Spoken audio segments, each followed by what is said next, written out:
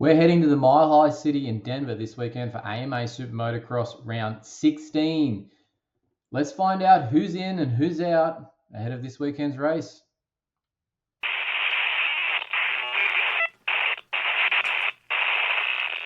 Welcome to the AlwaysMoto weekly rider status video, brought to you by TechnicMotorsport.com, your one-stop online suspension shop. I'm your host, David Hogan, the physical therapist who knows the injuries and fitness needs of our sport of super motocross. Let's get to the status updates for this week's round of Monster Energy AMA Supercross. All right, a little bit of a different record this week. We've been MIA on the YouTube channel recently. Unfortunately, just haven't had the time to get to these updates, but we're back. We're bringing you the information, so we're going to record from start to finish in one hit, and we'll see if we can get this done in a manner that is allowing us to get some information out so that you can know who's in and out for this weekend's race in Denver. Let's start with some things to note. Obviously, who's in? Drew Adams, he's back. Pro Circuit Kawasaki rider, the rookie this year in Supercross. He got one and a quarter, whatever you want to call it, races in Supercross before breaking his collarbone. Now, interestingly enough, there's only 2 races left for the West Coast Series that he's competing in. He has decided to return, which is awesome news. Not many riders return this late in the season. They usually sit out to the start of motocross. Now, I'm a little bit confused because he's returning, not just sitting out to the start of motocross. Why did the team allow him to do this? Probably because he's a rookie and he needs some exposure, but I would have thought that the fact that he is a rookie and doesn't have that much Supercross experience would mean they just hold him back until outdoors. That's not the case. Let's hope he has a clean couple of rounds here for the Pro Circuit Kawasaki team and gets himself some gate drops in the lead up to Pro Motocross. But if he does have a bit of an issue here and maybe gets another injury, it's going to look like a bad decision. So let's hope that this works out well for him and not on the other side of the coin. TJ Albright, the privateer Yamaha rider with Rock River Gizmo Mods Yamaha there, is back this weekend. Now, TJ was moonlighting in the 450 class on the opposite coast, in the East Coast. Normally rides the West Coast 250s. He had a knee injury where he got a bucket handle tear in his meniscus. That's a significant tear in that meniscus, and it requires surgery, and he's had that surgery. Now, he is only about 2, maybe 3 weeks from surgery, and we believe he's back on the gate this weekend in Denver. So, short turnaround for TJ. Hopefully things go well. Hopefully it's repaired, recovered, clean, smooth, no catchy issues, nothing. But it's going to be a little bit interesting. I dare say you're going to see him keeping that foot up on the peg so that he's not catching that knee, because it's going to be a little bit tender still, probably a little bit weak still. Hopefully things go smoothly for TJ. Obviously this is in an effort to try and get some extra points and try and build into Pro Motocross as well. So fingers crossed for TJ Albright. Things go well post this meniscal surgery on his knee, and he gets through Denver and Salt Lake without any issues. Bit of an update. I missed this one with my podcast that we do as well. So we've got the AlwaysMoto podcast. If you haven't seen it or heard it, go and check it out as well. But we've still been getting that week to week. And Lorenzo Lecurcio went out with a leg fracture for his Wildcat Gas team.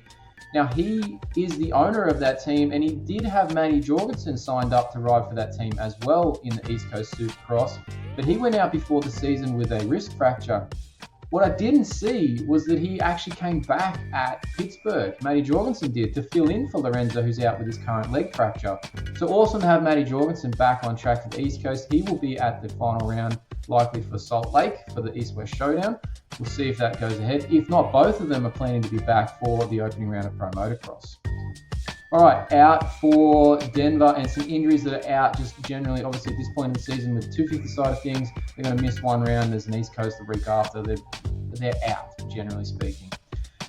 Justin Barsha, you should all know this one, but we missed this. It was a late announcement last week, right before the Pittsburgh round. He did miss Pittsburgh as well. He's out for the rest of Supercross at this stage. But Justin Barsha on that Gas Troy Lee Designs bike, he crashed in the whoop section in East Rutherford, and that's left him with a knee injury. Now, if you watch the crash through, it's an interesting landing. He lands on his leg as he sort of flips over forwards and compresses that knee joint. Now, the press release had no details as to whether it was an ACL, a meniscus, or what it was the actual injury, just that he had a knee injury. And I hate those updates. They don't give you anything, right? There's nothing to work with. So I have to put the physio cap on, look at the injury, look at the mechanism and how the crash occurred and go, I wonder what that was. I think he's hopefully just done a bone bruising where the two bones go bang together and bruise internally within the knee. If that's the case, that's sort of a 2-3 week thing for it to settle, and he can still do some off-bike training. Things will be great by come pro motocross. There is the chance that he's got some lingering things from last season with the knees that he had. Maybe that's just aggravated something. Hopefully not. If he's gone worse than that, if he's gone to the meniscal tear, if he's gone to an ACL tear, which both of those things are in play when the mechanism that he fell onto and landed on that leg with, that's a lot more. There's surgery required. Hopefully he's not in those boats, but we'll find out more when we get to the start of pro motocross. At this stage, I'm hoping, fingers crossed, just a bone bruise. Right, a privateer rider, Deegan Hepp. Unfortunately, he broke his left wrist in the heats in Pittsburgh. He completed surgery really quickly. Sunday, he's got it done, which is awesome for that, speeding up that recovery process.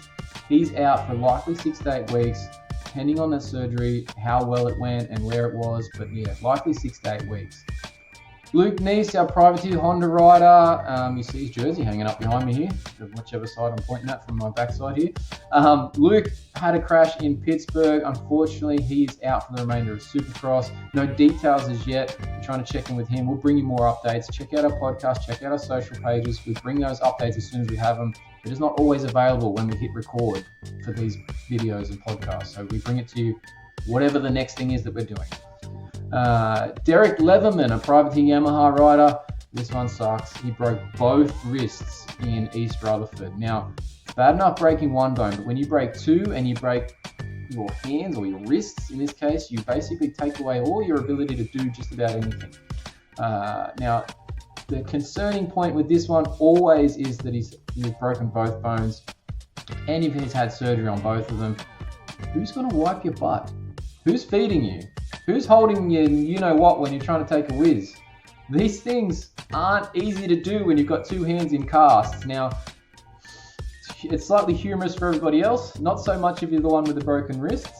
Let's hope that Derek gets through this little process and time frame here, probably of about 4 weeks, where there's not much that he's able to do with them smoothly. He's going to figure out ways to do things that he probably isn't comfortable with, but he will get through, and hopefully we'll see him back for some pro motocross here very soon.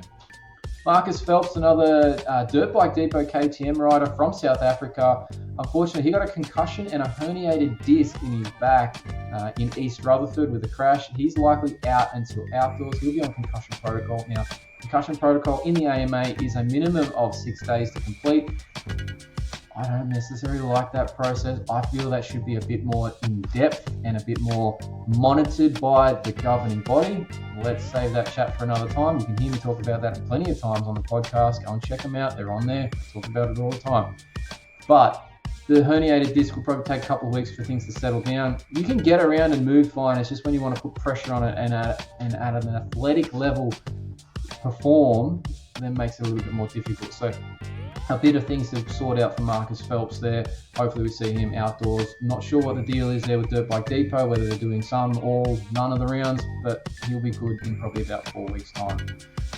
Which is just in time, because it's about 3 weeks. If we say 4 weeks, it's probably going to be a little bit less. He's going to try and tighten that up because it's 3 weeks until the start of pro motocross. Now, when we talk pro motocross, there's plenty of our big names that are out of action still from Supercross injuries that are trying to get back on the bike. Now, some of those guys that have got back on the bike within the last couple of weeks and are training, trying to make that May 24 opening round at Parla, Eli Tomac, Jet Lawrence, Hunter Lawrence, Levi Kitchen, Ty Masterpool, they are all back on their bikes.